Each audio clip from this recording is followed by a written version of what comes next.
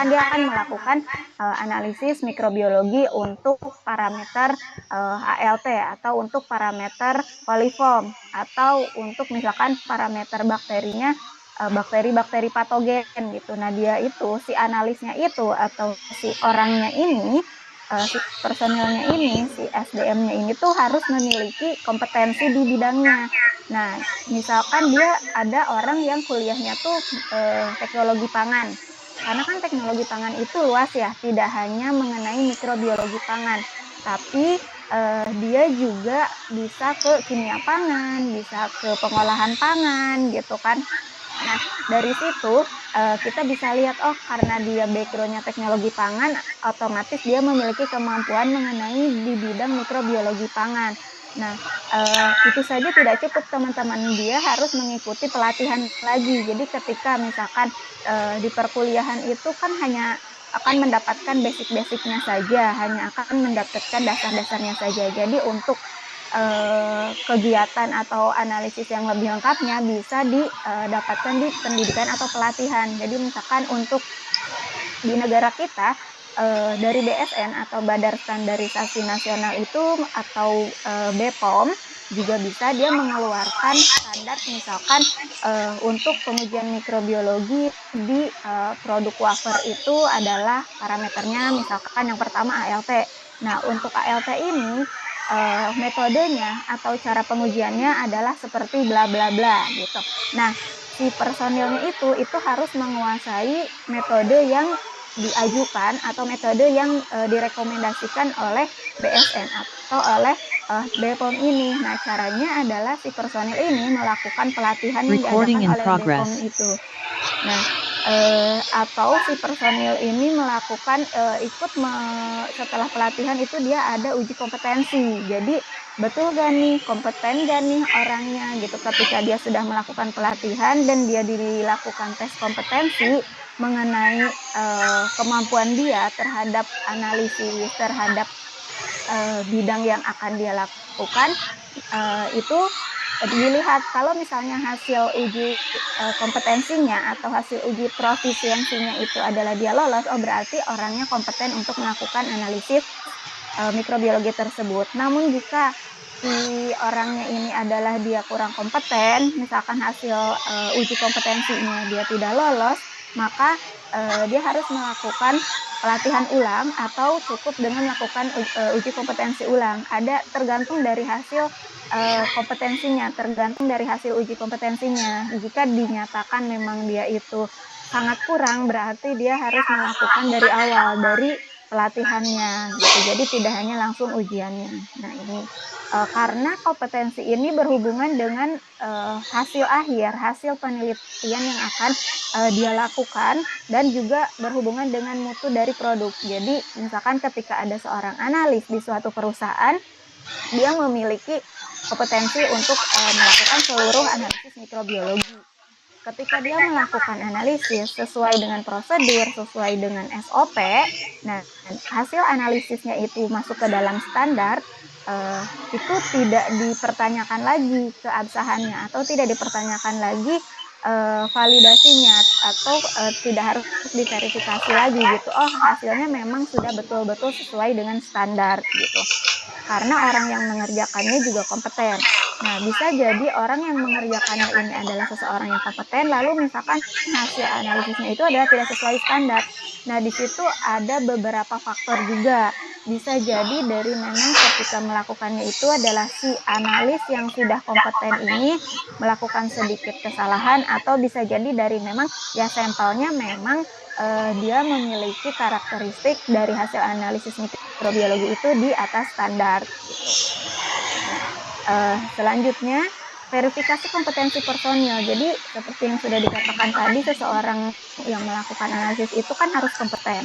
Nah, cara untuk verifikasi atau membuktikan kalau orang ini adalah kompeten untuk melakukan analisis atau untuk melakukan kegiatan pengujian itu bisa diverifikasi atau dibuktikan dengan dilakukannya evaluasi secara berkala.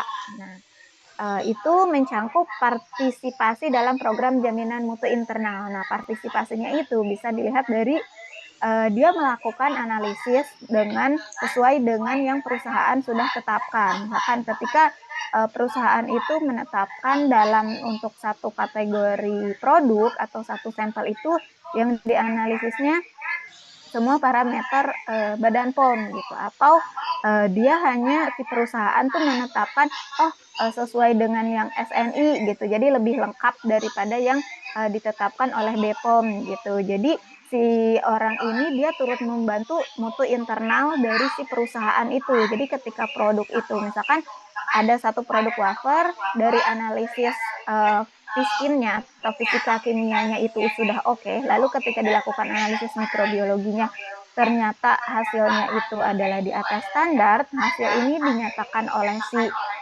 analis gitu, hasil dari analisisnya. Nah, maka si orang atau si analis ini atau si personil ini dia itu sudah berpartisipasi dalam menjaga jaminan mutu si perusahaan tersebut, jaminan mutu terhadap produk yang dihasilkan oleh perusahaan tersebut. Gitu. Kemudian yang kedua itu melakukan uji profisiensi.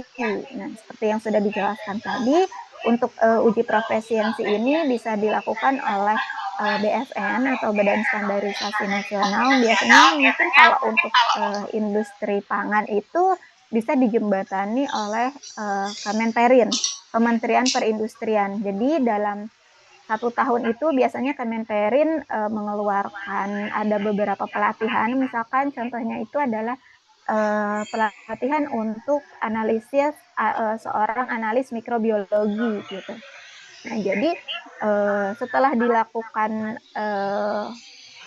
penyebaran oleh Kemenperin ini dilakukan pelatihan, jadi kita dari pihak perusahaan mengikuti pelatihan tersebut, lalu mengikuti uji profisiensinya, mengikuti ujiannya, itu biasanya ada beberapa cara gitu, tergantung dari yang kita ajukan. Bisa juga kita mengajukan gitu, jadi tidak harus menunggu dari Kemenperin atau dari JMKP, yaitu Jaminan Mutu Keamanan Pangan, atau juga dari biasanya badan sertifikasi.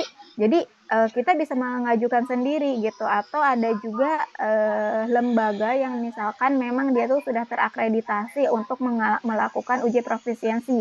Contohnya itu adalah BBIA.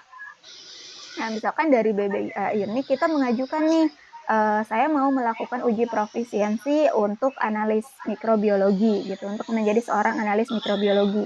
Jadi nanti sampel itu diberikan oleh badan tersebut atau instansi yang akan melakukan pengujian terhadap kita, yang akan menguji kita. Jadi contohnya itu misalkan dari JMKP atau dari BBIA. Nah, dari BBIA ini memberikan sampel kepada kita sebagai personil atau sebagai analis yang akan melakukan uji profisiensi. Jadi setelah itu kita melakukan analisis sesuai dengan prosedur, lalu nanti hasil analisis kita kirimkan ke mereka. Kita balikan lagi ke badannya, ke instansinya, ke BBIA-nya atau ke JMKP-nya. Nanti oleh mereka ditinjau. Lalu dinyatakanlah keluar hasilnya kita, apakah kita kompeten atau tidak, apakah kita lulus uji profisiensi tersebut ataukah tidak. Harusnya hasil analisis yang dilakukan oleh BBIA dan hasil analisis yang dilakukan oleh si personil yang diuji tersebut, yang sedang melakukan uji profisiensi tersebut, harusnya hasilnya sama gitu. Jika hasilnya berbeda, ya bisa jadi dipertanyakan kompetensi si personilnya. Kemudian bisa juga menggunakan bahan acuan atau reference material. Nah, bisa juga si personilnya atau si orangnya itu mengacu ke dia memiliki satu modul atau memiliki satu standar yang dijadikan acuannya untuk dia melakukan analisis gitu. Nah, contohnya itu bisa juga dengan penilaian sendiri atau self assessment dalam enumerasi mikroba sesuai dengan ISO 14461-2. Ini dia mengenai enumerasi mikroba. Jadi ini berkaitan dengan yang bahan acuan. Jadi orangnya itu dia udah memiliki acuannya atau modulnya, lalu dia mengikuti sendiri, dan di situ misalkan dinyatakan hasilnya kalau misalkan untuk produk A itu kisaran hasilnya misalkan 1 kali 10 pangkat 2 sampai dengan 4 kali 10 pangkat 2. Nah, misalkan ketika hasil si analis itu atau si orangnya atau si personilnya ini adalah tidak sesuai, nah berarti dipertanyakan kompetensinya. Berarti dia bisa dikatakan belum kompeten atau bisa dilakukan pengulangan hingga akhirnya dia kompeten. Mungkin untuk teman-teman yang baru bergabung, silahkan mengisi absensi daftar hadir di linknya ada di kolom chat ya teman-teman. Nah, selanjutnya adalah personal hygiene. Nah, personal hygiene ini juga atau hygiene personal ini itu juga berpengaruh terhadap hasil pemeriksaan atau hasil pengujian di laboratorium kita. Nah, yang pertama itu kita harus menggunakan jas lab. Kenapa kita harus menggunakan jas lab? Karena jas lab itu adalah sebagai pelindung. Selain dia adalah APD atau alat pelindung diri untuk personilnya, untuk si karyawannya, untuk si SDM-nya dalam melakukan kegiatan analisis, jas lab juga bisa menjadi pencegah untuk terjadinya kontaminasi. Ketika kita berada dari jalanan lalu masuk ke dalam lab, kalau itu kan dari jalanan terbayang ya teman-teman, jalanan yang penuh dengan debu, yang kotor gitu. Ketika kita melakukan analisis langsung itu pasti ada berpeluang untuk adanya kontaminasi gitu. Jadi menggunakan jas lab itu adalah untuk mencegah kontaminasi, dan jas lab ini juga harus jas lab yang dia itu bersih, terus kondisinya juga baik gitu, nggak yang jas labnya sobek-sobek gitu kan. Kalau misalkan dia sobek terus ada benang yang terurai, nah itu bisa nanti masuk ke dalam sampel atau masuk ke dalam preparat yang sedang kita lakukan analisis, itu malah menjadi kontaminan gitu. Jadi hasil analisisnya tidak sesuai dengan yang seharusnya gitu. Lalu juga terbuat dari kain yang tidak mudah terbakar gitu. Jadi karena kan kita analisis itu berhubungan dengan api gitu untuk menjaga sterilisasi ruangan dan untuk menjaga sterilisasi sampel. Nah, jas lab ini hanya memang boleh dilakukan di area kerja, dipakai di area kerja gitu. Jadi seperti yang dibilang tadi, misalkan teman-teman menggunakan baju yang dari luar lalu masuk ke dalam laboratorium, itu kan sudah terkontaminasi, sudah terpapar oleh berbagai macam hal gitu, tidak hanya bakteri, debu dan lain sebagainya gitu. Kemudian yang selanjutnya itu menggunakan pelindung untuk rambut dan juga jenggot. Nah, rambut dan jenggot ini itu bisa menjadi sumber kontaminan juga. Seperti yang kita tahu, di dalam rambut itu ada kapang gitu yang bisa tumbuh, dan misalkan ketika kita analisis nih, kita sedang menganalisis untuk ALT, tapi ternyata tiba-tiba tumbuh kapang gitu. Nah, kapang ini kan bukan mikroba atau mikroorganisme yang kita inginkan untuk tumbuh di sampel atau di media yang sedang kita amati, di media yang sedang kita lakukan pengujiannya gitu. Nah, itu sebagai kontaminan. Selain itu juga kuku itu harus pendek dan bersih. Kenapa? Karena kuku juga di sela-selanya itu bisa menjadi tempat untuk bersarangnya kuman gitu. Makanya kan teman-teman juga mungkin sudah sering lihat dan sudah tahu cara mencuci tangan yang baik dan benar gitu, sesuai dengan anjuran dari WHO gitu. Nah, untuk selanjutnya memang diwajibkan untuk mencuci tangan sebelum dan setelah pengujian. Sebelum pengujian itu kita wajib melakukan cuci tangan itu untuk menjaga sterilisasi dan kebersihan tangan kita sebelum bekerja. Kemudian kenapa setelah kerja juga kita harus cuci tangan? Karena kan sebetulnya udah ini melakukan analisisnya, kenapa sih harus cuci tangan juga gitu. Nah, itu karena nanti kita tidak tahu kan ketika kita melakukan analisis itu apakah mikroorganisme yang tumbuhnya itu adalah non patogen semua ataukah nanti berpeluang ada yang patogen semua. Jadi teman-teman bisa membayangkan ketika kita melakukan pengujian untuk Escherichia coli gitu. Untuk E. coli, ketika melakukan pengujian, ya tangan teman-teman bersih, lalu melakukan pengamatan atau pengujian atau analisis, lalu tiba-tiba setelah itu teman-teman tidak mencuci tangan. Bisa jadi tuh ada bibit-bibit atau mikroba yang memang dia tuh sudah nempel di tangan teman-teman, lalu misalkan habis setelah itu teman-teman makan, bisa jadi malah kitanya yang kena diare gitu, kitanya bisa sakit gitu. Nah, mungkin cara mencuci tangan itu sudah dianjurkan oleh WHO, teman-teman bisa lihat sendiri nanti, entah itu di video atau di pamflet-pamflet juga sudah banyak. Apalagi beberapa tahun ke belakang kan kita telah mengalami pandemi, dan di situ gencar banget gitu, bagaimana cara mencuci tangan, bagaimana cara menjaga kebersihan diri. Nah, untuk selanjutnya mengenai hygiene personal itu adalah kita harus menghindari berbicara atau batuk ketika bekerja, ketika melakukan analisis. Recording stopped. Kenapa? Karena ketika kita melakukan analisis itu tuh di dalam mulut kita juga kan itu ada beberapa mikroba ya, yang memang dia atau dari enzim-enzim yang memang dia berfungsi untuk menghancurkan atau berfungsi untuk proses Recording in progress. makan kita gitu. Nah, jadi ketika kita berbicara ataupun batuk gitu, apalagi orangnya tuh misalkan sedang dalam keadaan yang kurang sehat, jadi bisa malah virusnya atau bakteri yang ada dalam tubuh dia yang akhirnya mengkontaminasi sampel atau media atau preparat yang sedang kita analisis, yang sedang kita lakukan pengujian gitu. Jadi ketika misalkan kita sedang melakukan pengujian lalu kita batuk, misalkan walaupun kita pakai masker gitu, apalagi tidak pakai masker ya, karena kan ketika kita melakukan pengujian kita wajib pakai masker, itu bisa saja kan maskernya tidak tertutup sempurna ya, tidak melekat banget, apalagi di area hidung itu masih ada celah untuk kita bernapas. Nah, bisa jadi droplet-droplet dari air liur kita itu ada nempel di sampel atau nempel di media, jadi sehingga yang tumbuh itu adalah bukan mikroorganisme yang memang kita betul-betul akan tumbuhkan, jadi ada kontaminasi dari luar. Nah, selanjutnya untuk personil atau untuk analis yang memiliki infeksi atau luka itu wajib ditutup gitu. Jadi ketika dia walaupun hanya sedikit, misalkan kadang kita juga tergores oleh kertas gitu. Kadang kertas HVS juga kan tajam bagian ujungnya.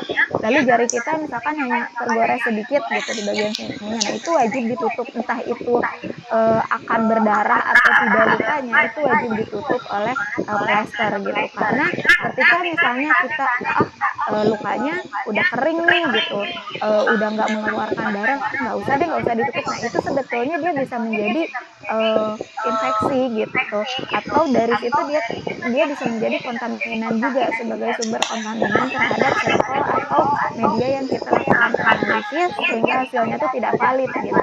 Sehingga kita harus melakukan analisis ulang. Kan daripada kita melakukan analisis ulang, Mbak, teman-teman bisa bayangkan, misalkan untuk melakukan satu pengujian tuh butuh waktu 6 jam. Ketika kesalahan kecil terjadi gitu, kesalahan kecilnya hanya ketika lukanya tidak ditutup, itu menyebabkan hasil analisisnya tidak valid, sehingga kita harus melakukan analisis ulang dari awal, betul-betul dari awal, dari pengambilan sampel gitu. Dan itu membutuhkan waktu yang lama, sehingga tidak efisien gitu. Jadi hasil analisis yang seharusnya sudah keluar, ini justru malah belum ada sama sekali karena harus melakukan analisis ulang. Nah, untuk selanjutnya dilarang makan dan minum di laboratorium, ini mungkin teman-teman juga sudah tahu ya. Karena dari makanan dan minuman itu bisa menyebabkan kontaminasi. Jadi bisa misalkan ketika kita makan itu membuat kotor peralatan, atau dia juga memang dari si makanannya bisa aja ada remahan sisaan makanan yang akhirnya bergabung dengan sampel. Jadi dia tidak membuat area kerja menjadi steril gitu. Jadi akan mempengaruhi hasil analisis gitu. Mungkin yang seharusnya hasil analisisnya tersebut adalah masuk ke dalam standar, justru karena dengan adanya kita makan dan minum malah menjadi tidak standar gitu. Dan itu kan menjadi sumber kontaminan juga. Jadi biasanya ketika di perusahaan itu, ketika kita mempunyai makanan dan minuman itu kita bisa simpan di ada satu area di depan laboratorium, itu biasanya ruangan staff.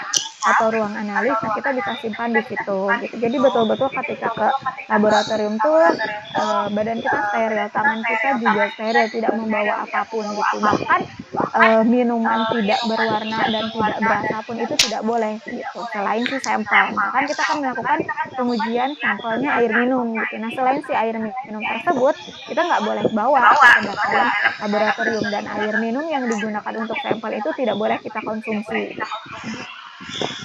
Nah, untuk selanjutnya dilarang memipet dengan mulut gitu. Jadi ketika kita misalkan melakukan pengenceran nih, dari pengenceran 10 pangkat 0 ke pengenceran 10 pangkat 1 menggunakan pipet, tiba-tiba ke mikropipetnya atau baunya itu adalah macet gitu, ya udah deh pakai mulut. Nah itu nggak boleh teman-teman, karena di dalam mulut kita juga kan ada beberapa mikroorganisme ya yang justru nanti akan menjadi kontaminan. Bisa jadi juga apalagi kalau si personilnya itu misalkan sedang flu gitu. Jadi bukannya hasil analisisnya itu adalah hasil yang real, jadi malah terkontaminasi oleh virus atau bakteri dari si personil yang sedang sakit.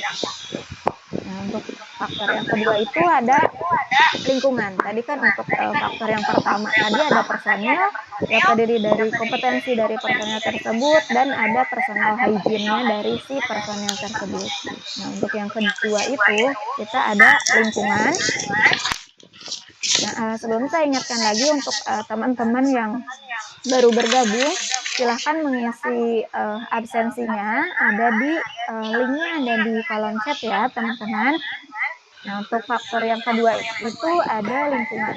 Nah, lingkungan ini kita harus memiliki pencahayaan yang cukup, penerangannya juga cukup, terus harus sejuk, tenang, tidak bising, adanya pendingin ruangan dan sebagainya sesuai dengan persyaratannya. Jadi misalkan kenapa sih cahayanya tuh harus cukup, harus terang gitu. Nah itu untuk kita membedakan nih sampelnya. Bisa jadi ketika kita analisis atau ketika kita pengamatan, ketika pencahayaannya kurang itu akan mendapatkan hasil yang bias gitu. Jadi misalkan dalam satu petri itu adalah ada koloni mikroorganisme yang memang seharusnya tuh terbaca gitu itu sebagai koloni, tapi karena pencahayaannya kurang dia jadi tidak terbaca sama sekali gitu. Jadi harusnya ada 3 koloni, jadi yang kebaca malah 2. Nah itu kan membuat hasil analisis itu menjadi bias gitu. Lalu kenapa harus sejuk dan tenang? Karena mikroorganisme itu kan tumbuh di range suhu-suhu tertentu. Ketika kita misalkan ingin menumbuhkan satu mikroorganisme yang memang dia itu adalah mesofil, ternyata kondisi lingkungannya itu adalah dia tidak mendukung, jadi nanti itu malah mikroorganismenya itu sudah tumbuh duluan sebelum diinkubasi, sehingga hasilnya itu adalah bias atau tidak valid. Dan untuk mungkin untuk suara kendaraan, tidak bising dan pendingin ruangan ini lebih ke untuk kenyamanan analisnya. Karena seorang analis ini harus nyaman, dia harus kondisinya kondusif ketika dia melakukan analisis. Untuk selanjutnya, bangunan dan lingkungan. Nah, untuk bangunan dan lingkungan juga harus diatur agar tidak terjadi kontaminasi silang. Nah, bangunan itu dia memiliki biasanya tata letaknya satu pintu, jadi one way deck. Jadi ketika pintu masuk ke dalam laboratorium itu bisa jadi dia itu adalah pintunya tuh satu arah gitu. Jadi pintu masuk dan pintu keluar itu beda. Nah ini tuh berfungsi untuk menghindari adanya kontaminasi. Jadi ketika misalkan dia itu hanya ada satu pintu gitu, tidak memungkinkan adanya 2 pintu dan membedakan antara pintu masuk dan pintu keluar laboratorium. Maka di situ harus ada air flow gitu. Jadi harus ada air flow. Jadi si personilnya masuk ke dalam ruangan tersebut untuk disterilisasi terlebih dahulu badannya, lalu bisa masuk ke laboratorium. Demikian pula dari laboratorium mau keluar, karena kita tidak tahu di dalam laboratorium itu setelah kita melakukan pengujian apakah ada mikroba yang nempel di badan kita atau tidak. Jadi ketika kita akan keluar dari laboratorium itu juga kita harus memastikan bahwa badan kita itu adalah aman, tidak menjadi carrier, tidak menjadi pembawa mikroorganisme, khususnya sih untuk mikroorganisme patogen. Kemudian harus melakukan prosedur sesuai dengan urutannya, menggunakan tindakan pencegahan yang tepat untuk memastikan integritas uji. Misalkan kayak kita harus menggunakan wadah tertutup untuk pengambilan sampel, atau bangunan itu didesain dengan misalkan kaca semua bagian atasnya, itu untuk menghindari hal yang tidak diinginkan. Misalkan ketika tiba-tiba terjadi konslet, atau misalkan tiba-tiba terjadi percikan api atau kebakaran, si personil yang sedang melakukan analisis ini misalkan tidak menyadari, tapi personil lain yang ada di luar area tersebut itu bisa melihat dari kacanya. Jadi misalkan untuk ruang mikrobiologi ini kacanya semuanya, ruangannya terdiri dari kaca. Sedangkan di samping ruang mikrobiologi ini ada ruang analisis fiskin misalkan. Nah, si orang analisis fiskin ini bisa melihat yang terjadi di dalam ruangan mikrobiologi. Dia hanya bisa melihat tapi tidak melakukan analisis mikrobiologinya.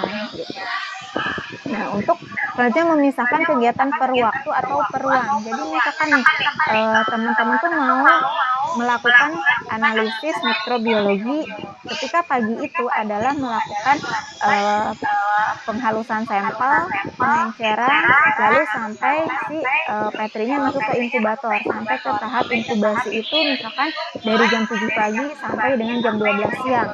Nah, di jam 2 siang itu teman-teman akan melakukan pengamatan terhadap sampel yang dianalisis di hari sebelumnya, misalkan. Nah, jadi itu kegiatan yang dipisahkan berdasarkan waktu gitu. Jadi pagi untuk analisisnya, untuk inokulasinya dan inkubasinya, dan siang misalkan jam 2 itu adalah untuk pengamatan dan pembacaan hasilnya. Itu adalah kegiatan yang dipisahkan berdasarkan waktu. Kalau misalkan kegiatan yang dipisahkan berdasarkan ruang itu, misalkan sama-sama nih pagi dari jam 8 sampai jam 12. Di ruangan sebelah sini, misalkan di ruangan sebelah kiri atau di ruangan A, itu dilakukan untuk analisis mikrobiologinya.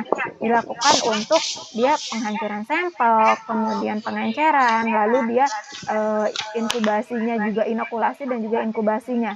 Dan di jam yang sama tapi di ruangan yang berbeda gitu, misalkan di ruangan di sampingnya, di samping ruang untuk inokulasi tadi. Nah, di ruangan yang berbeda tersebut dia sedang melakukan pengamatan dari hasil analisis yang dilakukan di hari sebelumnya gitu. Kan waktunya sama nih dari jam 7 sampai jam 12. Nah, itu tidak apa-apa. Yang penting kegiatannya itu selalu dipisahkan. Entah itu segregasinya atau pemisahannya itu bisa berdasarkan per waktu ataupun per ruang. Nah, yang tadi kan sudah dibilang ya, ada bangunannya tuh, lingkungannya gitu. Nah, ini kita ke ruang analisis. Ruang analisis itu dibagi menjadi ruang tidak steril, ruang semi steril, dan juga ruang steril. Jadi kita memiliki di dalam satu laboratorium itu, kalau di perusahaan tuh biasanya terdiri menjadi beberapa bagian lagi. Jadi satu lab itu ukurannya sangat luas. Jadi dibagi menjadi ruangan tidak steril, ada ruangan semi steril dan ruangan steril. Nah, yang termasuk ke dalam ruangan tidak steril itu biasanya ruang tamu, ruang administrasi, ruang staf laboratorium, kamar mandi, toilet, atau ruang cuci peralatan. Jadi pokoknya ruangan-ruangan yang bebas orang itu masuk ke dalam ruangan tersebut gitu.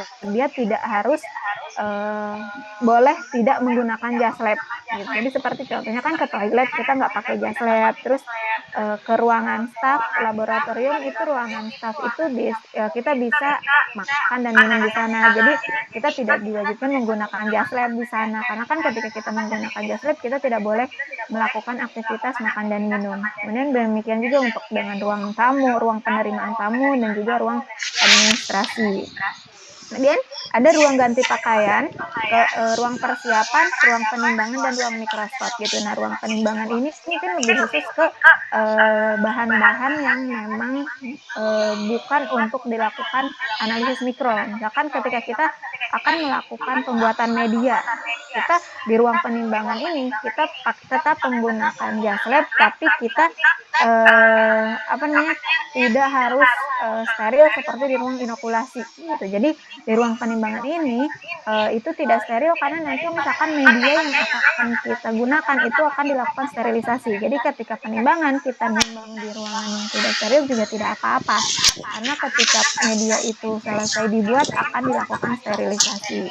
Nah, ruang untuk ganti pakaian ini biasanya disebut dengan loker karyawan. Nah, itu juga disebut tidak steril karena terjadi penggantian atau transisi antara dari betul-betul dari luar area perusahaan atau ruangan lab, luar area pabrik itu sudah terpapar debu dan sebagainya, kotoran dan sebagainya, kita ganti di ruang ganti untuk masuk ke dalam sebuah perusahaan. Kemudian dari situ kita masuk ke ruang ganti lagi untuk masuk ke area laboratorium. Nah, jadi ada beberapa filter yang menyebabkan atau mencegah kontaminasi silang dari luar.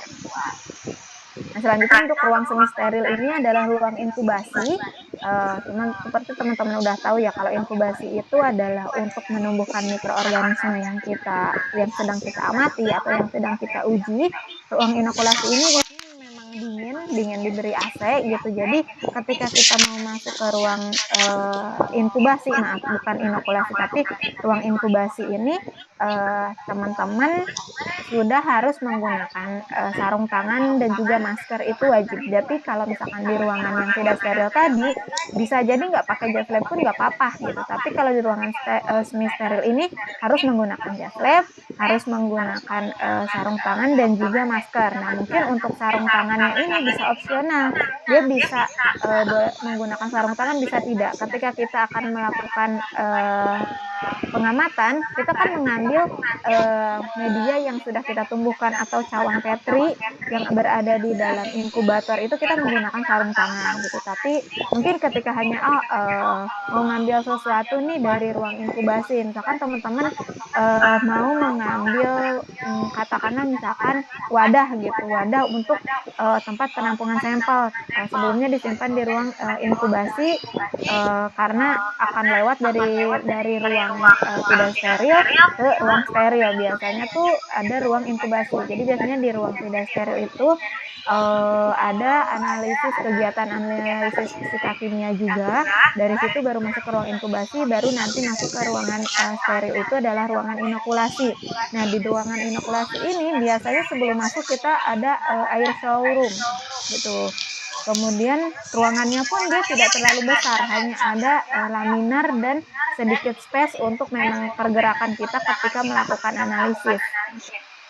Lalu dilengkapi dengan porselin untuk bagian dindingnya dan terdapat laminar seperti yang saya katakan barusan. Jadi di dalam ruang inokulasi ini biasanya tidak terlalu besar, hanya ada laminar, dan sebelumnya tuh kita harus memasuki air shower room. Nah, ini adalah contoh air shower room-nya.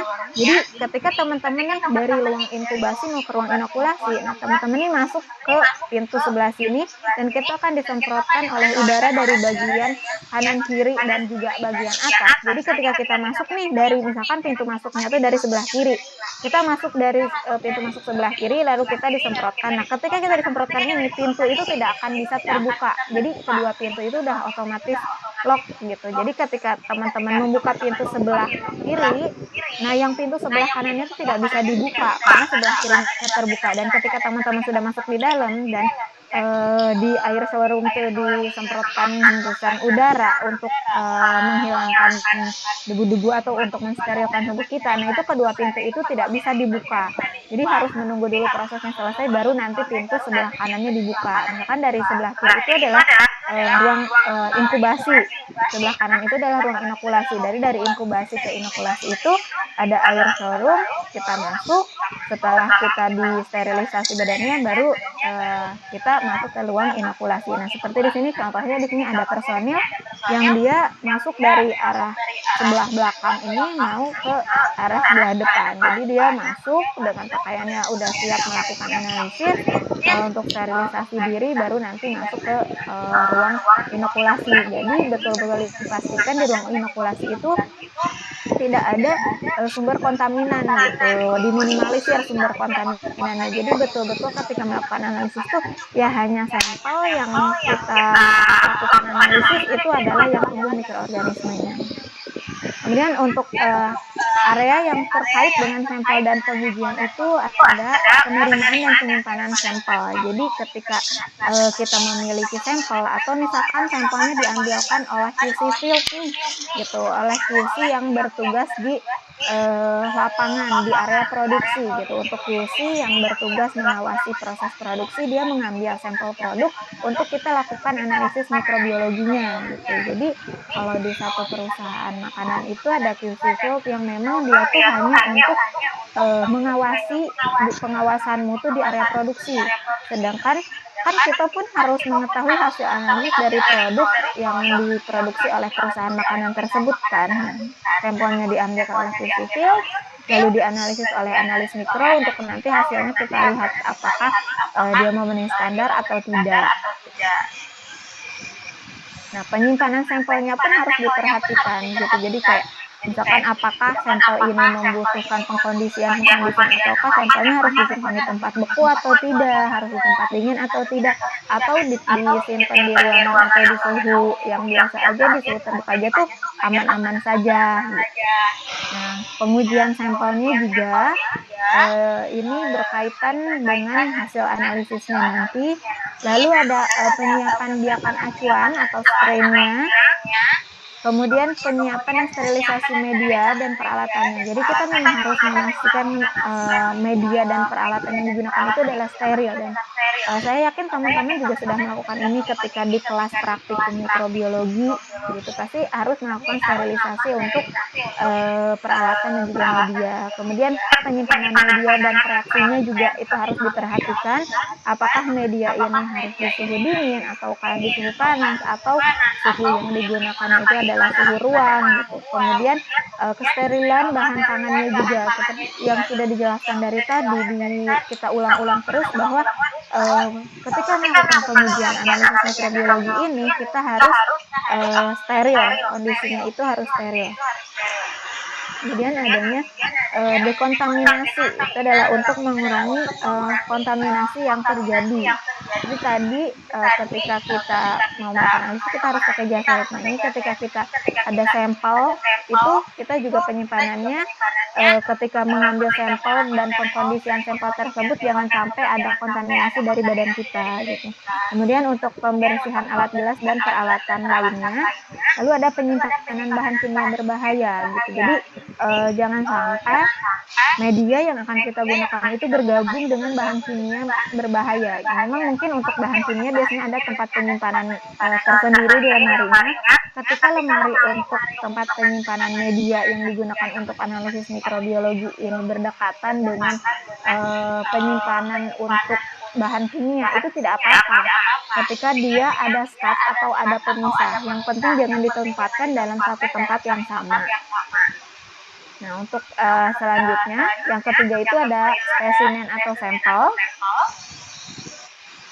Nah, untuk pengambilan sampel ini, seperti yang sudah kita bahas di pertemuan sebelumnya, sampel itu yang diambil harus representatif, harus menggambarkan kondisi sampel dalam satu batch, kondisi populasinya. Dan ketika pengambilan sampel pun kita harus memperhatikan kebutuhan untuk analisis itu berapa banyak. Misalkan kebutuhan untuk sekali analisisnya itu adalah 5 gram, maka sampel yang kita ambil itu harus lebih dari situ. Boleh 2 kali bahkan 3 kali lipat. Jangan sampai kita kekurangan sampel. Jadi misalkan kita ngambil sampel yang dibutuhkan untuk analisis itu 5 gram, sedangkan kita ngambilnya itu hanya 6 gram, sedangkan sampel yang kita analisis itu harus dilakukan duplo. Jadi kekurangan 4 sampel kita baru ngambil lagi. Nah, itu akan menghasilkan hasil analisis yang bias atau tidak valid, karena sampelnya itu adalah dari 2 sampel yang berbeda walaupun dalam satu populasi yang sama gitu. Jadi karena pengambilan sampelnya itu bisa saja titik-titiknya itu menjadi berbeda, posisinya menjadi berbeda. Misalkan yang awalnya ngambilnya di sudut sebelah sini, dia agak bergeser ke sebelah sini sedikit gitu. Jadi walaupun nanti dia memang menggambarkan kondisi atau representatif dari sampel dari populasinya, tapi si sampel yang diambil ketika yang pertama dengan yang kedua itu dia sedikit terjadi perbedaan gitu. Jadi bisa menghasilkan bias gitu. Jadi lebih baik kita ngambil sampel itu adalah berlebih tapi tidak terlalu berlebihan gitu. Hanya berlebih sedikit, pokoknya dipastikan agar dia tidak kurang aja ketika kita melakukan analisis. Nah, untuk transportasi sampel ini juga harus diperhatikan. Jadi ketika tadi misalkan dia dari si QC field mau ngambil sampel untuk QC analis. Nah, dari area produksi ke lab itu harus diperhatikan apakah sampelnya ini adalah harus menggunakan wadah plastik yang tertutup atau cukup untuk wadah plastik yang biasa saja. Apakah tempat primernya itu harus besar atau harus kecil, terus kondisinya misalkan apakah harus di suhu dingin atau tidak gitu. Pokoknya harus memastikan bahwa jumlah mikroba yang ada di dalam sampel ini itu harus sama dengan mikroba yang ada di dalam populasinya, yang ada di dalam batch besarnya. Tuh. Nah, untuk selanjutnya itu diberikan, jadi sampel yang sudah diambil itu harus segera dikasih atau segera diberikan ke analisnya. Jadi transportasi sampel atau perjalanan sampel dari populasinya menuju ke proses untuk analisnya itu sebisa mungkin sesingkat mungkin gitu. Nah, bagaimana ketika kita ini adalah seorang analis di lab uji, sedangkan sampel itu adalah dari konsumen gitu, misalkan dari klien gitu. Nah, itu pun diusahakan untuk transportasinya tuh dalam waktu yang cepat gitu. Jadi dia tidak tidak memakan waktu yang lama sehingga bisa menimbulkan terjadinya kontaminasi lain, sehingga jumlah mikroba itu tidak menggambarkan dari kondisi yang populasinya, dari kondisi yang sebetulnya. Nah, sampelnya tuh harus dikemas sedemikian rupa agar dia tidak tumpah ataupun tidak rusak. Jadi pokoknya selama transportasi sampel ini itu harus dijaga dari yang antara populasi sama sampel yang kita ambil tuh kondisinya harus sama gitu. Jadi ketika sampai di ruang analisis itu sampelnya tuh sama dengan si populasinya. Pokoknya kayak kerusakan, tumpah atau berkurang atau kebocoran itu harus dihindari. Nah, ini adalah contoh untuk rekomendasi suhu transportasi penyimpanan sampel. Ini untuk produk yang stabil itu bisa disimpan di suhu ruang atau di bawah 40 derajat. Kemudian untuk produk beku itu bisa di bawah 15 derajat atau biasanya lebih baik di suhu minus 18. Lalu untuk produk yang tidak stabil itu dia di suhu 1 sampai 8 derajat. Nah, selanjutnya penerimaan sampel. Jadi tadi kan dari si QC field atau misalkan dari si klien itu memberikan sampel ke kita. Kita sebagai analis yang menerima sampel itu harus memeriksa kondisi sampelnya. Kita misalkan melihat nih sampel yang sudah diambilkan itu. Apakah sampel ini jumlahnya cukup untuk kita lakukan analisis? Seperti yang dibilang tadi, misalkan ketika satu kali analisis kita butuh 5 gram, ternyata yang diambilkan oleh si QC field atau diambil yang diberikan oleh klien kita itu adalah 6 gram gitu, sehingga untuk melakukan analisis duplo itu tidak cukup, kita boleh menolaknya. Jadi kayak aku nggak mau nih sampel yang ini harus diambilin lagi dalam jumlah yang besar gitu, tapi sampel yang jangan digabung dengan sampel yang ini. Jadi si QC fieldnya atau si kliennya itu harus mengambil sampel dari awal dengan jumlah yang lebih banyak daripada yang diambil sebelumnya gitu. Intinya sampel yang kita terima untuk analisis itu adalah sampel yang cukup untuk analisis, jangan sampai kurang. Kemudian dokumentasikan. Jadi kita harus dokumentasikan. Kenapa didokumentasikan ini sebagai bukti? Jadi misalkan ketika nanti hasil analisisnya itu adalah tidak sesuai standar, biasanya klien ini protes nih, kok tidak sesuai standar, padahal kan ketika memberikan sampel atau proses produksinya nih udah sesuai dengan SOP nih, pengambilan sampelnya juga udah aseptis nih gitu. Nah, kita bisa membuktikannya dengan dokumentasi. Jadi kayak ini loh fotonya ketika sampel diterima kondisinya seperti ini gitu. Jadi kayak apakah dia di wadah tersebutnya tuh betul-betul tertutup, apakah dia rapatnya tuh betul-betul rapat, apakah ada kebocoran atau tidak gitu. Jadi ketika kita proses hasil analisis itu keluar, kita bisa membuktikannya gitu.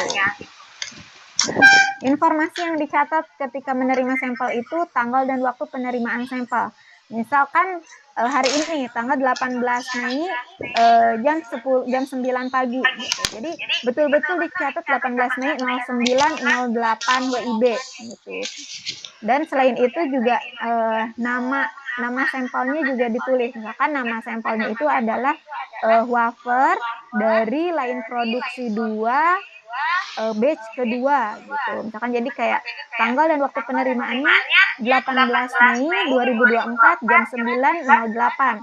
Kemudian identitas sampelnya namanya wafer dari line 2 produksi yang diambil dari batch 2 misalkan gitu. Lalu nama yang memberikan sampel, misalkan nama yang memberikan sampelnya itu QC fieldnya misalkan atas nama A gitu. Dan ketika kita ada alamat klien di sini, misalkan ini khusus untuk ketika kita adalah badan atau lab yang menerima pengujian dari orang lain. Misalkan contohnya BBIA itu adalah lab yang melakukan analisis fisika kimia. Jadi kita sebagai industri makanan atau pelaku usaha makanan itu bisa melakukan analisis ke mereka gitu. Jadi analisis ke mereka dan mereka wajib mencatat nama dan alamat kita.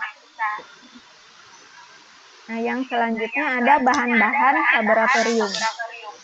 Tuh, tadi kan yang pertama ada personil, kemudian ada bangunan dan lingkungan, kemudian yang ketiga ada sampel, nah yang keempat ada bahan-bahan laboratorium. Nah, untuk bahan-bahan laboratorium yang digunakan ini ada aquades, ada buffer pengencer atau larutan pengencer, kemudian ada media. Saya yakin sih teman-teman juga udah familiar ya, sudah hafal gitu untuk bahan-bahan atau peralatan yang digunakan untuk analisis mikrobiologi ini. Mungkin teman-teman masih mau mencatat dulu. Kita lanjut ya. Nah, untuk buffer pengencer ini biasa yang digunakan itu ada 0,1% pepton, ada 0,85% NaCl, dan ada yang sesuai dengan standar ISO. Jadi tergantung nih, misalkan teman-teman mau melakukan ekspor produk ke negara, misalkan katakanlah ke Amerika.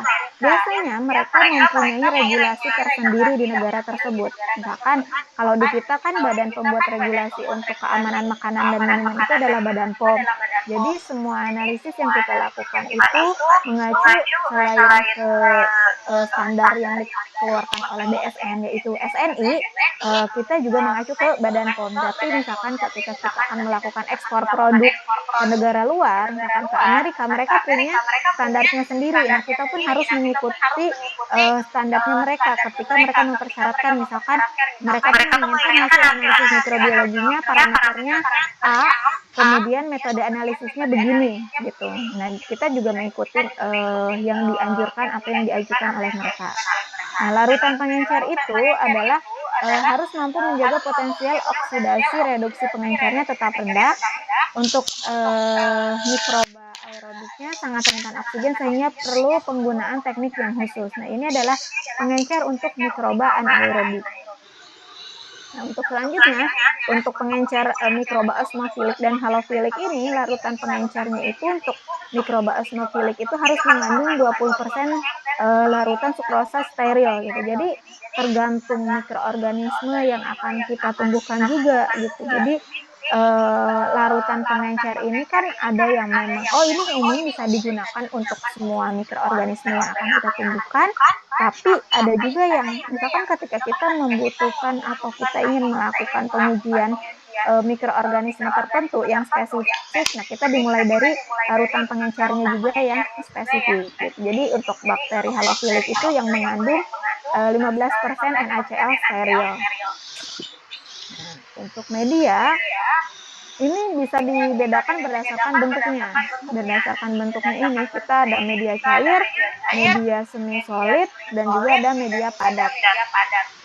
Kemudian untuk berdasarkan komposisinya ada media alami, media semi sintetik, dan juga media sintetik. Nah, ini teman-teman juga akan lebih menggunakannya itu lebih ke ketika kita praktikum gitu. Jadi di sini hanya teorinya saja, dan untuk aplikasinya itu dilakukan ketika teman-teman melakukan praktikum. Nah, ini untuk berdasarkan fungsinya ada media transport, ada untuk penyimpanan itu preservation, kemudian ada media suspensi, ada yang untuk penyegaran, ada yang untuk enrichment, ada yang untuk isolasi gitu. Dan ini ada beberapa macamnya gitu, ada sampai 11 berdasarkan fungsinya. Jadi tapi yang biasa digunakan di perusahaan itu yang umum gitu itu adalah media enumerasi gitu karena proses kita biasanya metode agar tuang itu lebih ke enumerasi itu kayak PCA, PDA gitu. Kemudian ada beberapa hal yang memang penting diperhatikan dalam pembuatan media itu yang pertama bahan baku air. Jadi air yang digunakannya itu adalah harus aquades gitu. Kenapa nggak boleh menggunakan air keran gitu? Karena air keran ini kita tidak bisa memastikan bahwa air tersebut betul-betul bersih gitu. Walaupun memang kalau untuk industri perusahaan makanan khususnya, air yang digunakan untuk proses produksi itu adalah harus memiliki standar air minum. Jadi air yang digunakan untuk produksi itu kurang lebih pokoknya harus seperti air yang kita konsumsi, kayak minuman-minuman kemasan, air minuman kemasan itu. Jadi si perusahaan itu wajib melakukan analisis terhadap air yang digunakan. Nah, tapi air yang digunakan untuk pembuatan media itu adalah bukan air keran tersebut, tapi air aquades. Nah, yang kedua itu adalah penimbangan media. Jadi ketika proses penimbangan, misalkan kita akan membuat media PCA atau platform agar. Si PCA ini untuk dalam 1 liter pembuatan media itu, kita harus menimbang 22,5 gram. Nah, ketika kita nimbang misalkan 22,6 gram di dalam 1 liter air, itu akan menghasilkan media yang berbeda. Karena medianya lebih banyak daripada air yang memang seharusnya. Jadi media yang dihasilkannya itu tidak valid dia. Tidak betul gitu. Jadi ketika kita memaksakan menggunakan media tersebut untuk proses analisis selanjutnya untuk proses inokulasi dan dilakukan inkubasi, maka nanti hasil mikroorganisme yang keluarnya itu tidak valid. Hasil analisisnya jumlah koloni yang tumbuh di petrinya itu tidak valid gitu karena media yang ditimbang ketika proses pembuatan media itu tidak sesuai takarannya gitu, tidak sesuai dengan dosisnya. Ini sama saja seperti misalkan kayak kita manusia ya, kalau misalkan sakit kita mengkonsumsi obat yang memang bukan dosisnya itu kan malah berefek yang tidak baik terhadap kita. Nah, ini juga sama untuk media pertumbuhan juga ketika penimbangannya itu adalah kita tidak sesuai dengan yang diharuskan, tidak sesuai dengan jenis medianya, maka nanti hasil analisisnya pun tidak akan valid. Gitu. Nah, kemudian konsentrasi agar dan proses pelarutan agar. Nah, konsentrasi ini berhubungan dengan penimbangan media tadi. Jadi misalkan kalau untuk PCA itu 22,5 gram dalam 1 liter. Misalkan untuk PDA itu 39 gram dalam 1 liter. Ya harus memang seperti itu, harus sebanyak itu untuk ditimbang dan dilarutkan dalam 1 liter air. Dan proses pelarutannya pun harus diperhatikan. Ada beberapa media yang dia memang boleh dilarutkan di suhu panas. Misalkan kita menggunakan suhunya 295 derajat Celcius dan sambil diaduk hingga media tersebut matang. Ciri-ciri media matang itu misalkan dia sudah warnanya bening dan tidak gosong. Gitu. Bening, tidak gosong, semua media sudah larut sempurna. Lalu yang keempat itu adalah ketebalan agar dan luas cawan yang digunakan.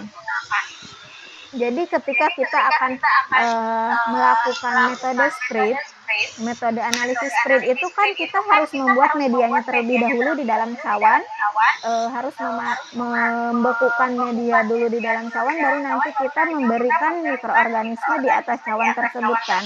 Nah, ketebalan agar di dalam cawan tersebut itu harus diperhatikan dan luas cawan yang digunakan, diameter cawan atau petri dish yang digunakan itu berbeda-beda. Ada petri dish berukuran kecil, ada petri dish berukuran besar gitu. Ada biasanya ada yang 10 cm atau ada juga yang 20 hingga sekitar 20 cm sampai 15 cm diameternya gitu. Jadi tergantung teman-teman ini nanti ke depannya akan menumbuhkan mikroorganisme apa gitu untuk metode spread ini. Jadi ketebalan agarnya atau ketebalan media dan luas cawannya atau si diameter cawan tadi yang digunakan itu juga harus diperhatikan. Kemudian yang kelima ada pengaturan pH. Jadi si pH ini harus disesuaikan. Jadi jangan sampai misalkan media yang kita gunakan itu pH-nya tidak sesuai dengan mikroorganisme yang memang kita akan tumbuhkan. Jadi ada media yang memang satu media tinggal kita pakai, ada media yang harus kita racik dahulu gitu. Jadi misalkan kita akan membuat himedia. Jadi misalkan himedia itu terdiri dari NaCl, terdiri dari KH2PO4 gitu. Kemudian baru terdiri dari pepton gitu. Nah, ada juga si himedia ini dia tuh udah jadi satu gitu. Jadi biasanya ini kembali lagi ke kebijakan perusahaannya. Apakah perusahaan ini mau mengeluarkan dana yang lebih untuk kita membeli media yang memang instan, yang langsung kita gunakan, ataukah perusahaan ini budgetingnya dipres sehingga kita sendiri sebagai analis yang harus meracik media untuk mendapatkan media A gitu, atau misalkan mendapatkan media tersebut gitu. Nah, itu pengaturan pH-nya harus diperhatikan. Kemudian pencairan kembali media padat. Jadi setelah kita melakukan analisis, misalkan ada sisa media, kan sayang kalau dibuang. Lalu kita simpan di dalam refrigerator, kemudian kita cairkan kembali ketika akan digunakan. Nah, itu pencairan kembalinya juga harus diperhatikan. Jangan sampai ketika kita memanaskan media di water bath itu air dari dalam water bathnya masuk ke dalam botol medianya. Jadi yang ada malah media yang tadinya udah steril itu terkontaminasi oleh air yang ada di dalam water bath. Lalu ada penuangan media ke cawan atau ke tabung. Nah, ini berkaitan bisa jadi dengan ketika kita tadi melakukan pembuatan media untuk metode sprit. Jadi kita menuang media tanpa ada sampel di dalam petrinya terlebih dahulu, atau ketika kita menuang media ke dalam cawan yang memang sudah ada mikroorganisme, udah ada sampelnya. Jadi ketika kita melakukan analisis, lalu si medianya dimasukkan ke dalam cawan. Nah, ketika proses penuangannya itu juga harus diperhatikan. Kemudian ada penyimpanan media jadi. Jadi setelah kita membuat media, misalkan kita akan istilahnya tuh nyetok media untuk besok. Misalkan seorang analis itu besok pagi harus melakukan analisis jam 7 pagi. Sedangkan kita tidak punya waktu untuk membuat media sebanyak itu hingga analisis dilakukan jam 7 pagi. Jadi dia misalkan melakukan pembuatan media di hari sebelumnya, lalu media yang udah jadi tersebut disimpan. Nah, kondisi penyimpanan ini harus diperhatikan. Dia media yang udah jadi disimpan di ruang refrigerator, suhunya berapa, lalu kondisi sterilnya seperti bagaimana. Jadi misalkan harus botolnya tuh harus tertutup rapat lalu dilapisi oleh aluminium foil misalkan untuk mencegah adanya kontaminasi. Walaupun media tersebut sudah disterilisasi, tidak menutup kemungkinan nanti ketika proses penyimpanan setelah disimpan kita akan ngambil. Nah, itu bisa jadi peluang kontaminasi. Jadi untuk diminimalisir misalkan ditutup rapat lalu ditutup lagi menggunakan aluminium foil. Nah, untuk yang kelima ini ada peralatan laboratorium. Nah, tadi yang keempat kan ada bahan, kemudian yang ketiga ada sampel, tadi sebelumnya sudah kita bahas, lalu yang kedua itu ada bangunan dan lingkungan, kemudian yang pertama juga ada personil. Jadi ini adalah poin yang kelima dari faktor-faktor yang mempengaruhi hasil pengujian atau pemeriksaan laboratorium atau hasil analisis kita atau hasil pengujian kita. Untuk peralatan laboratorium ini saya rasa teman-teman juga sudah pada tahu ya peralatan apa saja yang dilakukan atau yang digunakan untuk analisis mikrobiologi ini. Nah, berdasarkan SNI 7218/2012, yang pertama itu ada ruang pelindung atau kabinet safety class. Biasanya ada kabinet safety class 2, ada horizontal laminar air flow kabinet atau vertical laminar air flow kabinet. Jadi ada air flow atau kabinet atau laminar yang biasanya orang tuh nyebutnya laminar gitu, yang simple aja gitu. Nah, ini kategorinya biasanya tergantung dari perusahaannya maunya pakai yang mana gitu, dan tergantung dari analisis apa yang digunakan. Jadi ketika misalkan perusahaan ini memproduksi produknya banyak, jadi dia butuh kabinetnya yang lebih besar atau butuhnya yang jenisnya horizontal gitu. Jadi itu disesuaikan dengan kebutuhannya. Kemudian ada timbangan dan alat pengencer grafimetrik. Nah, timbangan ya teman-teman tahu untuk menimbang sampel atau menimbang media gitu kan. Untuk pengencer ini adalah instrumen elektronik yang dia tuh ada timbangannya dan juga ada dispensernya. Jadi ketika kita nimbang itu udah bisa langsung ditransfer karena dia ada dispensernya. Jadi ketika kita nimbang sampel nih gitu, kita sudah bisa langsung mendapatkan sampel tersebut gitu.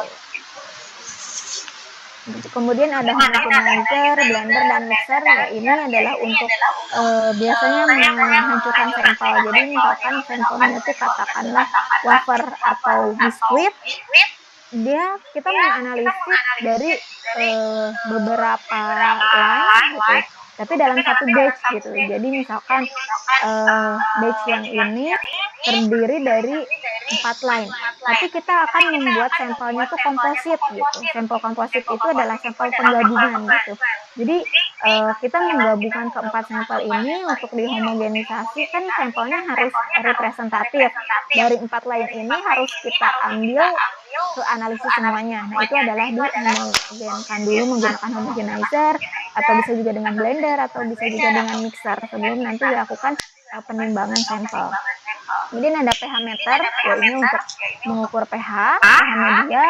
Lalu ada autoclave yang digunakan untuk sterilisasi, bisa sterilisasi peralatan atau media. Dan autoclave pun ini ada 2 jenis, ada 2 peruntukan gitu maksudnya. Yang satu itu adalah untuk sterilisasi, yang satu itu untuk destruksi atau dekontaminasi. Jadi ketika kita setelah melakukan pengamatan, ketika kita sudah melakukan analisis, petri dish yang berisi media dan di dalamnya tumbuh koloni mikroorganisme, entah itu patogen atau tidak, khususnya untuk yang patogen itu harus didekontaminasi terlebih dahulu, harus didestruksi terlebih dahulu mikroorganismenya sampai dia mati, lalu nanti kita bisa mencuci peralatan yang digunakan tersebut, mencuci cawan petrinya. Jadi ketika misalkan kita sudah melakukan analisis, lalu petri di dalam petri tumbuh misalkan E. coli. Nah, sama kita tuh dia nggak didekontaminasi dulu, nggak destruksi di autoclave dulu. Jadi nanti bisa jadi mengkontaminasi kita si E. coli-nya tersebut, yang ada kita malah diare gitu. Kalau misalkan dia didekontaminasi terlebih dahulu, kita aman untuk mencucinya, dan kita sebagai pasiennya pun merasa aman gitu. Walaupun kita bekerja mengamati mikroorganisme yang patogen yang menyebabkan sakit, tapi kita merasa aman karena itu sudah didekontaminasi, sudah dipastikan bahwa mikroorganismenya mati gitu. Kemudian untuk penyimpanan media dalam jumlah besar itu ada biasanya namanya media preparatory gitu, untuk preparation, untuk penyiapannya. Karena di industri itu media yang digunakan tidak 1000, 2000 mililiter atau hanya 1 liter. Itu sekali analisis itu bisa berliter-liter sampai 5 liter gitu, dan itu terdiri dari berbagai analisis gitu. Bisa maksudnya berbagai jenis analisisnya gitu, tidak hanya misalkan ARD saja. Kemudian untuk inkubator. Nah, inkubator teman-teman juga sudah tahu, ini untuk menginkubasi atau menumbuhkan mikroorganisme dari yang kita analisis, yang kita butuhkan atau yang akan kita capai gitu. Dan dengan suhu dan waktu sesuai dengan metode yang kita gunakan. Misalkan untuk ALT itu suhu 35 derajat Celcius selama 48 plus minus 2 jam. Kemudian ada refrigerator atau ruang penyimpanan dingin. Ini bisa jadi untuk penyimpanan sampel tertentu, atau bisa juga untuk penyimpanan media, untuk media-media yang ketika kita melakukan analisis itu dia tidak habis sekali digunakan gitu. Nah, kemudian ada freezer, dan di freezer ini untuk menyimpan mikroba atau biakan acuan. Jadi ketika kita melakukan analisis, ada biakan acuannya nih, mikrobanya yang sudah disimpan di freezer. Kemudian ada penangas yang terkendali secara termostatik. Nah, ini penggunaannya itu adalah untuk inkubasi pada suhu konstan media biakan yang telah diinokulasi, bisa juga untuk pemeliharaan agar atau media gitu, agar dia steril sama penyiapan media, atau penyesuaian suhunya juga dia untuk media cair tertentu dengan metode tertentu gitu. Pokoknya yang penangas ini dia perlakuannya itu untuk yang melakukan membutuhkan pemanasan gitu, dan dalam kondisi yang steril. Kemudian untuk pengukus atau steamer atau penangas air mendidih atau biasanya kita sebutnya sih water bath ya, itu untuk melelehkan media seperti yang tadi media yang telah kita lakukan, yang sisa kita melakukan analisis, masih ada sisa medianya. Nah, media tersebut setelah misalkan hari kemarin kita melakukan analisis, medianya sisa, kita masukkan ke dalam refrigerator, dan di hari ini kita akan melakukan analisis menggunakan media tersebut, kita tinggal panaskan saja gitu. Ya bisa di water bath atau penangas air mendidih atau bisa di steamer gitu. Kemudian bisa juga untuk penyiapan media yang memang dia butuh suhu panas gitu. Selain itu ada juga oven. Nah, ini oven itu untuk sterilisasi kering. Jadi sterilisasi itu kan ada sterilisasi kering, ada sterilisasi basah. Nah, untuk autoclave tadi, autoclave kan untuk sterilisasi basah ya. Dia untuk sterilisasi media, untuk sterilisasi peralatan yang tidak dapat di oven. Misalkan vintip, mikropipet, nah itu disterilisasinya menggunakan autoclave. Sedangkan untuk peralatan yang kaca biasanya atau peralatan kering itu bisa menggunakan oven sterilisasinya. Kemudian kita juga ada microwave.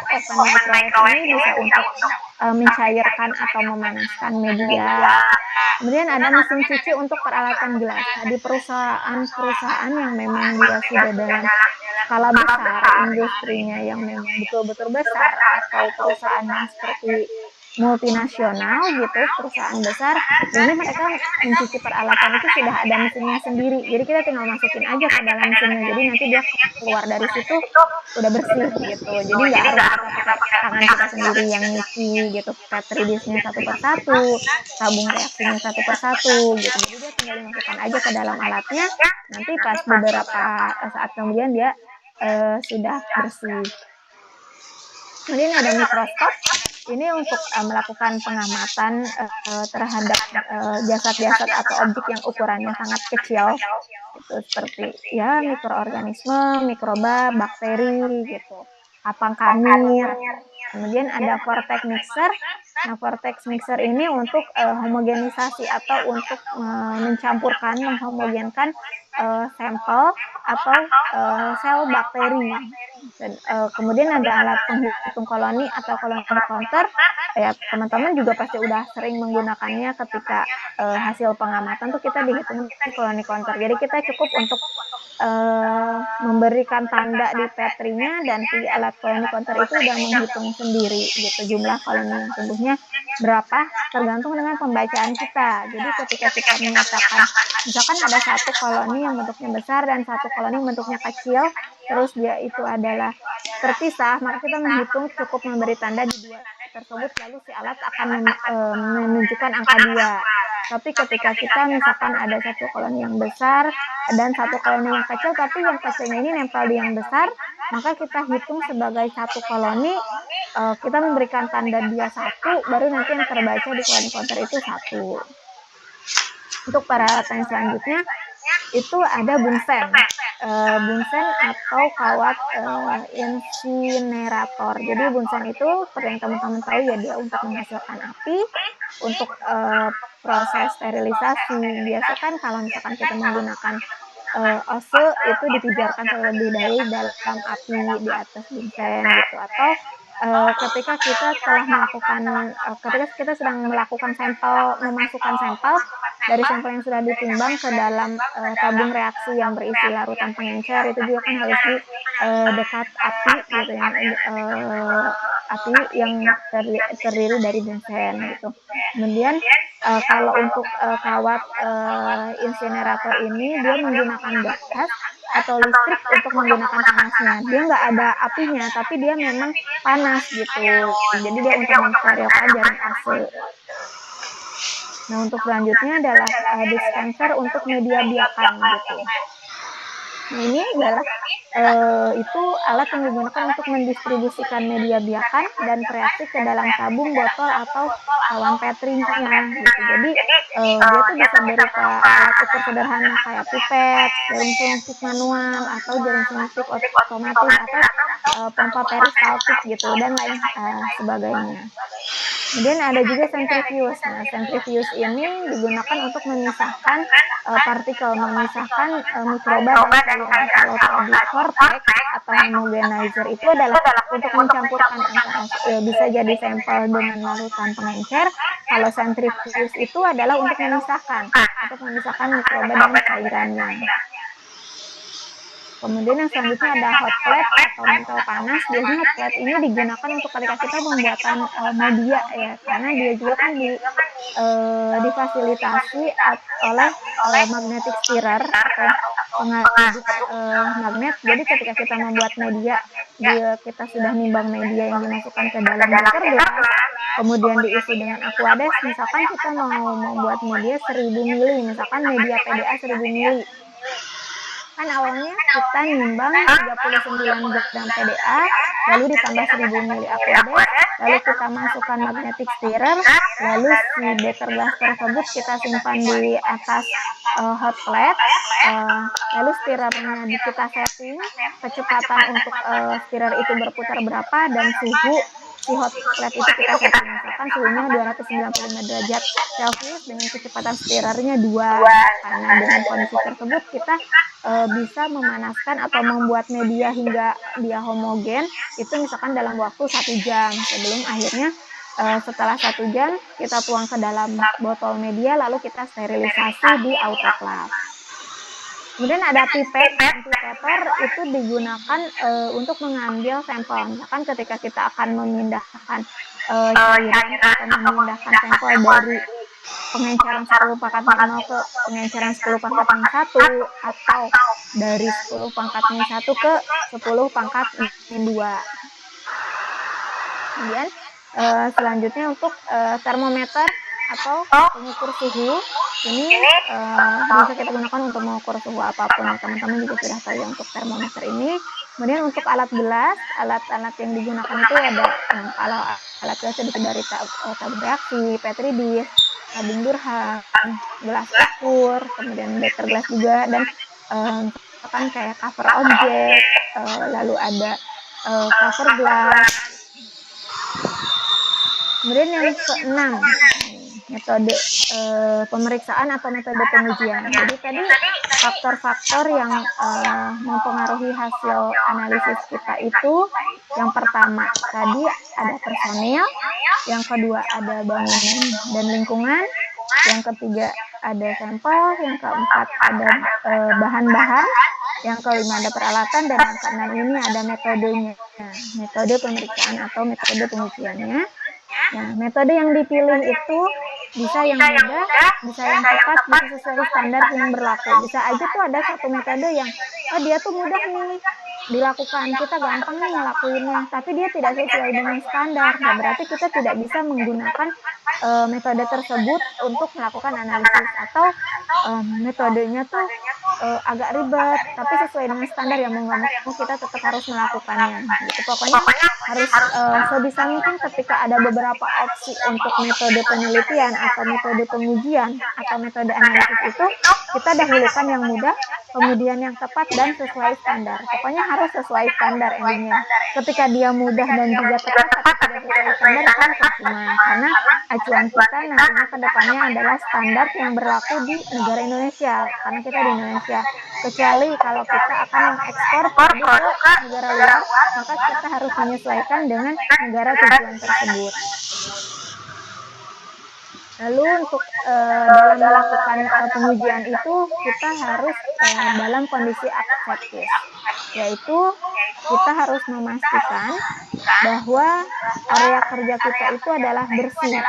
Jadi semua sumber kontaminasi yang memungkinkan kira-kiranya nih akan ada kontaminasi dari sini gitu.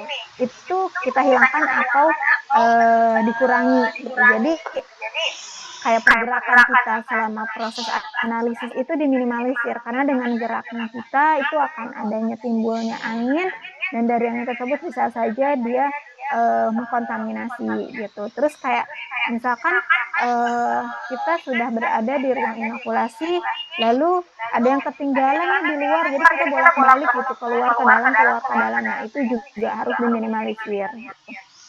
Jadi sebelum dan sesudah bekerja, dekontaminasi permukaan kerja. Jadi ketika kita akan melakukan pekerjaan, meja kerja kita, misalkan laminar kita atau meja kerja itu harus dibersihkan terlebih dahulu. Kan sterilisasi terlebih dahulu menggunakan alkohol 70%. Jadi disemprotin alkohol dulu, baru dilap tisu kering sampai permukaannya bersih dan rata, tidak ada sisa alkohol, walaupun nantinya alkohol akan menguap gitu. Itu sudah dipastikan kita bisa mulai pekerjaan. Nah, setelah selesai kerja kita harus membersihkannya kembali agar mikroorganisme atau mikroba-mikroba atau misalkan ada tetesan media nih di atas laminarnya, ketika kita biarkan bisa saja nanti ditumbuhi oleh mikroorganisme tersebut. Misalkan kita tidak sengaja nih menumpahkan PDA di laminar gitu, meneteskan PDA di laminar atau menumpahkan media di laminar, lalu ruang inokulasinya itu kita matikan sehingga suhu ruangannya panas gitu. Nah, nanti bisa saja tuh si PDA yang tadi ditumbuhi oleh kapang gitu. Jadi ketika hari berikutnya kita masuk kerja lagi terus menyalakan ruang inokulasinya, kok ada kapang gitu. Jadi kan area yang seharusnya steril itu menjadi tidak steril gitu. Dan itu butuh penanganan yang lebih gitu. Jadi kita yang harus analisisnya bisa lebih singkat karena adanya hal-hal yang seperti itu, jadi harus membutuhkan waktu yang lebih lama. Kemudian sebelum memulai pekerjaan itu pastikan segala sesuatu yang diperlukan itu tersedia. Jadi misalkan semua hal yang dibutuhkan untuk proses inokulasi itu sudah kita pastikan ada di ruang inokulasi semuanya. Jadi jangan sampai ketika kita melakukan analisis sudah mulai misalkan lagi pengenceran, ternyata pipetnya kurang nih gitu, mikropipetnya kurang, jadi kita keluar dulu ngambil lagi. Nah, itu harus dihindari karena bolak-baliknya seperti itu tuh bisa menyebabkan kontaminasi gitu. Nah, lalu lakukan pekerjaan tanpa penundaan gitu. Jadi kayak setelah selesai dilakukan penimbangan, ya harus dilakukan enumerasi, harus dilakukan pengenceran, harus dilakukan penuangan media segera gitu. Lalu setelah itu dilakukan inkubasi segera. Jadi misalkan medianya tuh sebenarnya ketika setelah dituang itu dia udah beku gitu, sudah bisa dimasukkan ke inkubator. Tapi teman-teman tuh kayak enggak nanti aja deh, sejam kemudian aja gitu. Tahu-tahu nanti malah lupa gitu. Tahu-tahu nanti walaupun ruangannya di dalam sana itu adalah steril, tapi kan kita tidak menutup kemungkinan kalau misalkan mikroorganisme itu bisa tumbuh gitu. Ketika kondisi dia memungkinkan untuk bisa tumbuh, ya bisa saja tumbuh walaupun si bakteri tersebut belum kita inkubasi. Lalu pisahkan kegiatan bersih dan kotor berdasarkan waktu dan lokasi. Nah, ini dilakukan segregasi kembali seperti yang tadi di awal itu saya mencontohkan antara misalkan ketika dari jam 7 sampai jam 12 itu adalah untuk proses analisis, untuk proses inokulasinya, lalu di jam 2 misalkan di jam 2 sampai jam 4 itu adalah untuk proses pengamatan atau pembacaan hasil, lalu misalkan di jam 5 sampai jam 6 itu adalah untuk pencucian peralatan yang digunakan selama seharian itu analisis. Nah, itu adalah segregasi atau pemisahan kegiatan berdasarkan waktu. Nah, ketika pemisahan kegiatan berdasarkan lokasi, sama nih waktunya dari jam 7 sampai jam 12. Tapi misalkan di ruangan A atau di ruangan sebelah kiri itu adalah proses inokulasi. Di ruangan B atau di ruangan tengah itu adalah untuk proses pembacaan hasil. Gitu. Jadi di ruangan C itu adalah untuk proses pencucian peralatan. Jadi misalkan di sini tuh ada 3 personil, di waktu bersamaan mereka melakukan kegiatan yang berbeda. Nah, itu adalah segregasi atau pemisahan kegiatan berdasarkan lokasi. Gitu. Pokoknya antara yang bersih dan yang kotor itu harus ada pemisahan, entah itu pemisahan waktu atau pemisahan lokasi. Pokoknya harus dipisahkan, tidak boleh berada dalam satu ruangan yang sama, tidak boleh berada dalam satu waktu yang sama.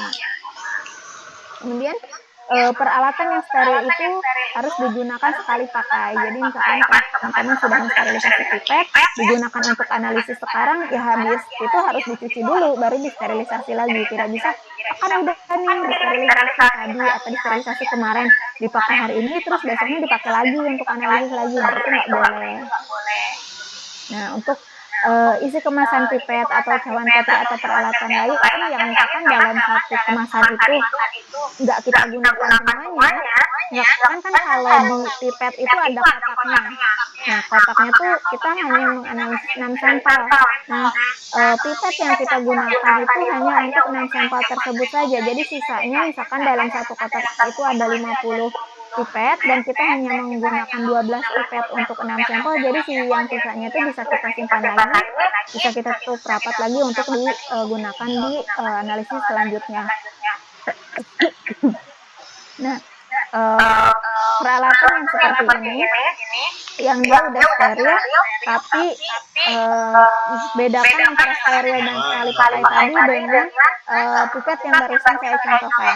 Jadi ketika si pipet yang satu ini sudah dipakai, dia kan dikeluarkan dari kotak pipetnya. Nah, itu yang sudah dikeluarkan ini tidak boleh dipakai lagi untuk analisis selanjutnya atau untuk analisis di analisis yang sama juga. Jadi pokoknya harus sekali pakai. Jadi kita ngambil lagi yang udah steril gitu. Jadi enggak yang sudah dipakai itu intinya tidak boleh dipakai kembali sebelum dia dilakukan pencucian dan sterilisasi ulang. Tapi di dalam kotak yang besar ini, seperti misalkan tadi dari 50 kita cuma pakai 12. Nah, yang 12 ini ketika akan digunakan lagi itu harus dicuci dan disterilisasi kembali. Tapi si yang sisanya ini itu harus ditutup rapat lagi dan boleh digunakan di analisis selanjutnya, di analisis berikutnya. Gitu. Nah, misalkan ketika kita melakukan analisis nih, seperti yang saya jelaskan tadi, kita tidak sengaja menumpahkan misalkan PDA gitu. Nah, itu harus segera dilap tumpahannya gitu, menggunakan kapas atau bahan lain yang direndam dengan alkohol 70% atau desinfektan lain. Pokoknya setiap kita tidak sengaja ataupun ya nggak mungkin sih kalau secara sengaja, kecuali memang teman-teman tidak kompeten gitu. Jadi menumpahkan media atau bahan kimia atau larutan atau apapun itu ketika melakukan analisis harus segera dibersihkan. Pokoknya kita kerjanya itu harus clean gitu. Jadi setiap tahapan, setiap pekerjaan itu harus bersih gitu. Jadi betul-betul hanya kegiatan inokulasi, betul-betul hanya kegiatan analisis, betul-betul hanya kegiatan pengujian saja yang sedang dilakukan gitu. Kemudian kita harus menggunakan safety kabinet gitu. Jadi laminarnya itu atau kabinetnya itu khusus untuk penanganan bakteri patogen gitu. Misalkan produknya itu kita sudah pastikan, misalkan biasanya yang mengandung salmonella shigella itu ayam. Nah, ketika kita menganalisis nih ayamnya tuh udah busuk nih gitu, ayam busuk, kita sudah memiliki hipotesis atau memiliki jawaban sementara, berasumsi bahwa di dalam daging ayam busuk tersebut terdapat bakteri patogen yaitu salmonella gitu. Nah, itu kita harus menggunakan safety kabinet gitu. Nah, jika itu memang diminta oleh peraturan nasional. Jadi misalkan ketika di negara kita ini ada peraturan baru yang memang ketika menganalisis bakteri patogen itu harus menggunakan safety kabinet, ya kita harus menggunakan safety kabinet tersebut gitu. Tapi untuk beberapa perusahaan memang walaupun misalkan dari pemerintah itu atau dari peraturan nasional itu dia belum mewajibkan untuk menggunakan safety kabinet, tapi perusahaan itu dia sudah menerapkan terlebih dahulu gitu. Dia sudah melakukan safety kabinet ini atau menggunakan safety kabinet ini untuk menganalisis produk yang mengandung bakteri patogen gitu. Kenapa perusahaan biasanya kayak lebih visioner gitu dari peraturan nasional? Karena dia menjaga mutu dari produk tersebut dan juga dia menjaga personilnya. Dia menyelamatkan personilnya. Dia membuat si personil ini merasa aman ketika bekerja melakukan analisis terhadap bakteri patogen. Nah, ketika kita mengambil pipet atau peralatan dari suatu wadah, jangan biarkan ujung pipet itu menyentuh permukaan pipet lainnya. Jadi, kan ketika teman-teman mempipet di bagian ujungnya itu, nah ujung yang akan bersentuhan dengan sampel atau yang akan bersentuhan dengan larutan yang akan kita ambil itu dia tidak boleh menyentuh permukaan pipet lainnya karena itu bisa menjadi sumber kontaminasi. Kemudian jangan membiarkan pipet menyentuh bibir atau leher botol pengencer. Jadi langsung ke larutannya atau langsung ke cairan yang akan kita ambil untuk analisis gitu. Karena bisa saja dari larutan dari botol pengencer ini adalah menjadi sumber kontaminan. Nah, aerosol itu merupakan penyebab utama pencemaran lingkungan dan infeksi. Dia itu bisa terbentuk saat membuka cawan Petri, sabun, dan juga botol. Kemudian ketika kita menggunakan shaker atau jarum suntik atau centrifuge. Nah, kemudian ketika kita mengosongkan pipet, jadi dalam pipet itu tidak ada cairannya setelah kita pakai, jadi kita kosongkan, itu bisa membentuk atau menyebabkan adanya aerosol. Kemudian ketika sterilisasi jarum OC dan jarum inokulasi yang basah dan juga ketika membuka ampul yang mengandung biakan kering beku. Nah, jadi si aerosol ini dia bisa menyebabkan pencemaran lingkungan dan juga infeksi. Oke, nah yang terakhir itu ada pembacaan dan pemeriksaan. Nah, untuk pembacaan hasil itu kita tidak boleh tergesa-gesa.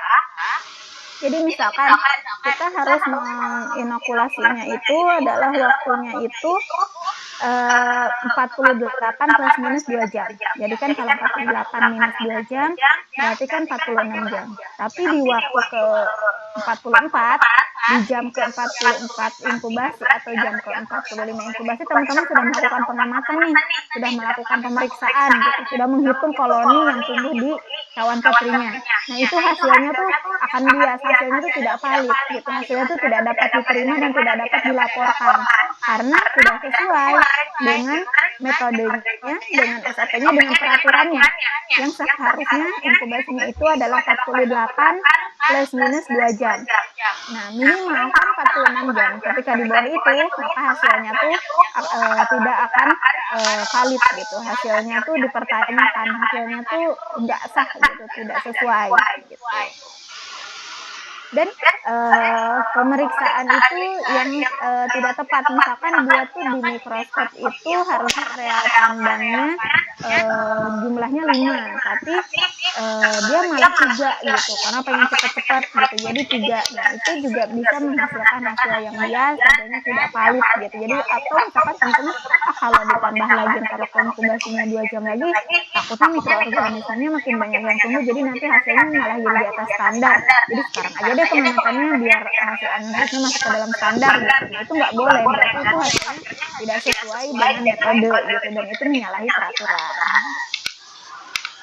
Nah, untuk yang ke-8 ini dalam pembuatan laporannya, jadi kan tadi kita sudah melakukan analisis, sudah melakukan analisis sesuai dengan metodenya, dimulai dari persiapan sampelnya, kemudian pembuatan medianya, kegiatan analisisnya, kegiatan pembacaannya atau pemeriksaannya, lalu kita membuat laporan gitu.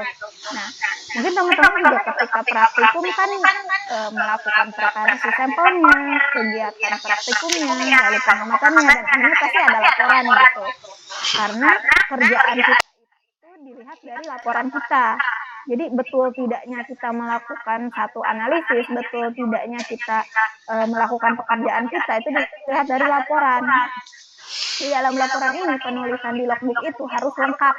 Jadi apapun yang terjadi, apapun kegiatannya di dalam logbook ini harus lengkap. Jadi nanti ketika ada hal yang memang dia di hal-hal yang tidak kita inginkan, kita bisa telusuri dari logbook kita. Jadi misalkan kok hasilnya bisa di atas standar ya, tidak sesuai standar ya. Gitu. Misalkan harusnya standarnya 1 kali 10 pangkat 4 kalori per gram, kok ini malah 5 kali 10 pangkat 4 ya gitu. Nah itu kenapa? Kita bisa lihat ditelusuri di logbook analisis kita untuk kita mencari tahu root cause-nya atau akar masalahnya nih di mana sih sehingga analisis kita itu di atas standar gitu.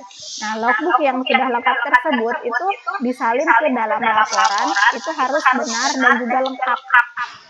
Lalu pembuatan laporannya pun itu harus benar dan lengkap. Jadi kan tadi dari kita nulis logbook, kemudian membuat laporan, laporan juga harus lengkap dan benar, dan laporan itu harus tanda tangani oleh analisnya. Itu wajib. Jadi kita sebagai analis wajib menandatangani laporan tersebut. Kenapa? Itu adalah sebagai satu bentuk tanggung jawab kita. Jadi kayak kita bertanggung jawab terhadap hasil analisis tersebut. Ketika hasil analisisnya misalkan dia di atas standar nih, biasanya kan kalau yang analisisnya masuk ke dalam standar nih ya udah aman-aman aja produknya dirilis. Kalau misalkan hasil analisisnya itu adalah di atas standar, itu kan analisisnya tidak bisa dirilis ya.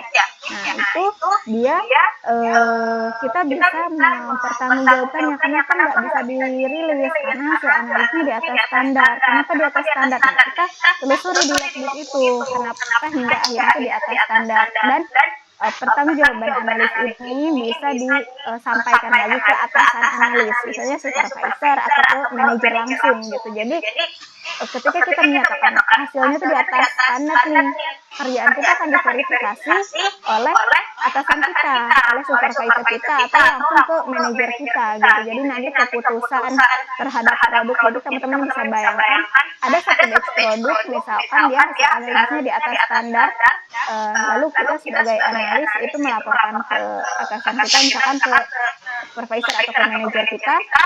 Nanti manajer kita yang akan berkomunikasi dengan para direksi yang akhirnya produk tersebut gimana.